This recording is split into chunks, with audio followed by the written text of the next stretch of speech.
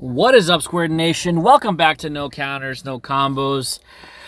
And today, we're talking about something a little bit differently. Now, side decks have been a lot more popular in the Dragon Ball Super card game ever since Bandai decided to go ahead and move forward with their best of one pre-side. So I've been seeing that kind of morph into the preferred format. I think moving forward, I think best of one pre-side is just the way to go. I really don't think Dragon Ball Super is in a state where it could be played best of three, especially with only a 1 hour time limit. I just think it's way too short. Games go long. It's not, there's not a lot of aggro in the format. So, games are going, way into like turns 5, 6, and 7 now. Not that I'm complaining about it. I just don't like, seeing a lot of draws. I don't like seeing a lot of people's games go into time because it does kind of sour the experience a little. So until somebody figures out aggro in the format, or until Bandai decides that they need to stop nerfing aggro decks so they can check mid-range and late-game decks, I think best of one pre-side is the way to go. But I guess that could be a discussion for another video. This upcoming weekend, there's a con event at Philly. I believe it's in Philadelphia this weekend. So shout out to the Sensu Bros that are, going out there. Shout out to all the former Counter Club members. Shout out to everybody in the community who's going to make the trip over to Philly, for a weekend regional. That's obviously really exciting. I think the last regional we had for Dragon Ball Super ended up taking place during a weekday, which probably wasn't the best thing to happen, but I'm glad, people are excited for in real life events. I wish they weren't attached to conventions, but that's also probably another discussion for a different day. But with that being said, talking about side decks and talking about major events, I wanted to highlight 3 specific cards that I think would be beneficial in your side deck. Now, I'm not going to be talking about red or yellow. I think those are the 2 most powerful colors in the game right now. Red being represented by King Piccolo and U7, and yellow being represented by Sin and Future Trunks. You can make the argument for Cell, but Cell is a little bit newer, so I don't want to give it too much credit as of yet.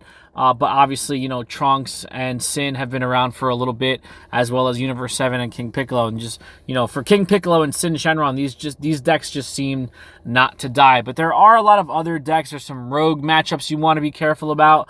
And if you're playing any off-color stuff like black, green, or blue, you might want to consider some of these options. So I'm going to pop them up all on the screen for you right now, and then we'll talk about them individually. The first card I want to talk about is an Unexpected Turn. This is definitely an older card. We got it back in set 7, Assault of the Saiyans. It's a 1-cost black extra card, no specified cost. It is a counterplay that reads, if your opponent has 3 or more battle cards in play with energy cost of 2 or more, the battle card your opponent is playing is placed in its owner's drop area instead, and then you can choose all battle cards with energy cost of 2 or less, ignoring barrier, and send them to the owner's warp. This is a really good counterplay for decks that want to go wide. I think the most represented deck that goes wide in the format right now, even though it is a rogue deck, is Agents. This card could really hurt Agents, especially because if they try to establish going wide on you, some of their guys are 2 costs, so you might be able to get rid of them. A lot of their guys are 3 costs, but the big caveat to an Unexpected Turn is that it can get rid of their 1-drop Babidis. The 1-drop Babidi with barrier that reduces cost for Agents. That card, does make it a lot easier for them to turn on their plays and just to get their engine going a lot more efficiently. So being able to just get that off the board and force them to play another one, obviously it's only a 1 energy play, so it's not too detrimental, but setting people back does kind of take a little turn on there. Their Turleses are 2 cost, their Super Combos are 2 cost, their Garlics are 2 cost. So there's a lot of different targets that you can hit in those decks. You won't hit anything that's above 3 on a board wipe. You can counterplay the 3 cost coming in, but you won't board wipe anything that's coming in with 3 or higher as a board wipe. So just keep that in mind if you guys are experiencing a lot of agent matchups that you're not really familiar with or that you're not used to. I would try to find space for at least 1 or 2 copies of Unexpected Turn in your side deck, because I'm not saying it's 100% going to win you the matchup, but it might definitely help you, get to an extra turn, which sometimes is really all you need against agents. The next card I want to talk about is Riot Javelin. Riot Javelin is actually an SR that we got back in Draft Box 6 Giant Force.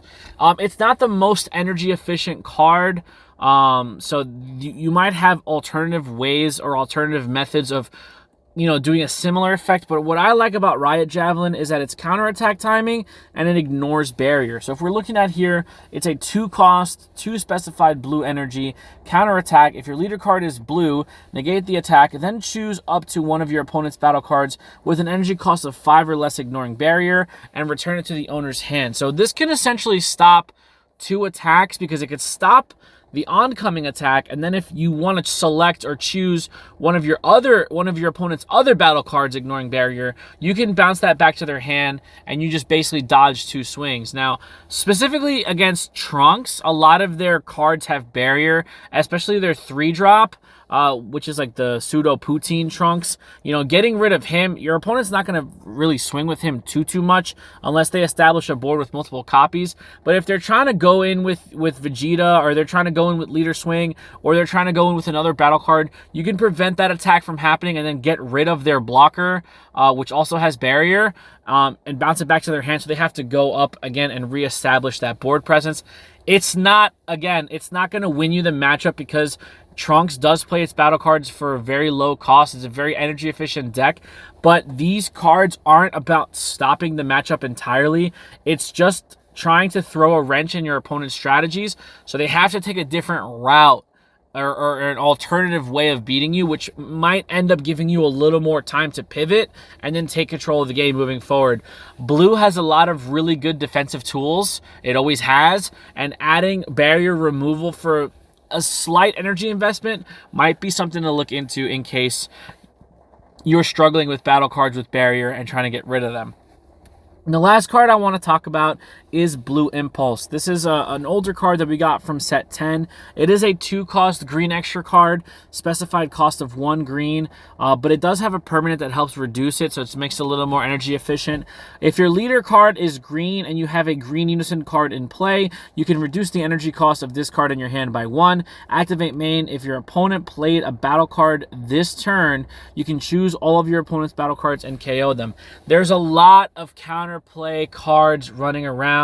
There's a lot of body counters running around. I mean, if we're looking at stuff like Robotic Riposte, if we're looking at Topo, if we're looking at, Evil Majin Buu, there's a lot of cards that do something to stop your opponent's turn while it's your turn. Oceanus negate. There's a lot of different things that do that. So if your opponent is trying to play defensively on your turn and they establish something onto the board, you can go ahead and Blue Impulse, and as long as it's nothing, with barrier on the board, you can go ahead, wipe the slate clean, and start fresh. This card's really good against the Blue Baby matchup, in my opinion, because most of the time they are going to be playing stuff to their board on your turn, and sometimes those defensive counters, they can build up on your opponent's board, establish dominance on their turn with all their energy open, and it's just more things that you have to deal with and more hurdles that you have to jump through in order to get you the win. So again, like I said, the main purpose of this video today is just to give you guys options. I'm not saying these are the 3 best cards to include in your side deck, but these are 3 options that might get overlooked that you should probably revisit just in case. It's very difficult building a side deck and having cards ready for every single matchup because you don't know what you're going to sit across. Dragon Ball right now is very wide. There's a very big variety in the meta right now, so you can sit across from a deck that you've never even seen. So I just want to make sure that you guys explore all your options. Don't pass on a card just because it's from an older set like set 7 or it costs 1 extra energy than something else might. Just take a look at everything as a whole. Make sure you're exploring your play options. Make sure you're testing. Hit up your friends. Theory, craft, go up against different decks. Even though you might not come across them a lot of the time, whether it's on Untap or at locals or however you guys go about testing, just make sure you have at least an idea of what's out there, because the last thing you want is to sit across a matchup that you have no idea about and just get completely blown out of the water. That's not a good time.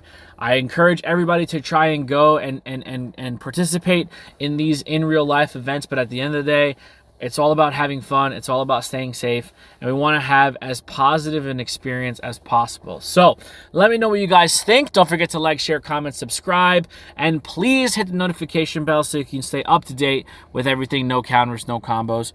We really do appreciate the support. I want to wish everybody a good, safe, happy, healthy weekend, and I can't wait to see who wins, what tops, what types of decks were at the event. I can't wait to talk about it next week. Everybody stay safe, enjoy your trip, and we'll see you guys in the next video. Be there or be squared.